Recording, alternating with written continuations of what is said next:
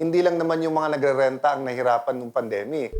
Yung mga nagpaparenta, may bayarin din yung mga yan. Lalo niyang hindi ibibigay ngayon kasi unless halimbawa bigyan mo siya ng collateral o bigyan mo siya ng cheque, di ba na to be sure, ba't niya nga i-release? May kasunduan kayo. Normal na ang isang naniningil ay sasabihin niya, ipaglalaban niya. Kasi alam niya tama yung kanyang pagsisingil. At tanda natin, hindi lang naman yung mga nagrerenta ang nahirapan ng pandemic. Yung mga nagpaparenta, may bayarin din yung mga yan. May pamilya din yung mga yan. Nawalan din ng hanap buhay yung iba nilang mga kamag-anak. May kuryente din na binabayaran yan. So, natural kung paano mo ipaglalaban ng pamilya mo, ipaglalaban din niya.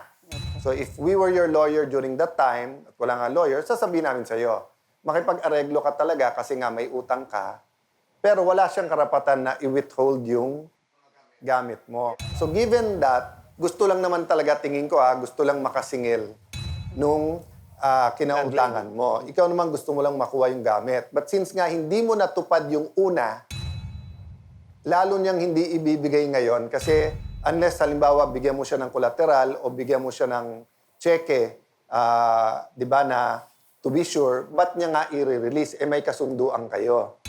So the best right now is to ask the barangay na magharap ulit at bigyan mo talaga siya ng concrete na kaya mo. Walang mawawalang ikaw na rin magpakakumbaba sa umpisa. Na ma'am, umuo ko noon kasi nga na-pressure ganyan, kaya lang nga ako, hindi ko kaya. Ngayon ma'am, eto talaga sitwasyon ko. Single mom ako, may trabaho. So kung pagbibigyan mo ako, eto ang kaya kong gawin. Tama. Yung idadagdag ko lang doon, isipin mo na kung ano yung tingin mong kaya mo, di ba? Kung ako 1,000, 2,000, basta Oo. regular akong magbabayad. kung 2,000 a month ka, di almost tapos na yun in 1 year. Hindi pa tapos, pero two-thirds ng utang mo, 24,000, matatapos na, di ba? But ang Kaya. difference, Ethel, sa pagpasok mo sa barangay ulit ngayon, you will have legal advice. So kung sabihin niya, never mo makukuha ang gamit pag hindi ka magbabayad, di ba? This time around, you can say na, ma'am, actually hindi totoo yun.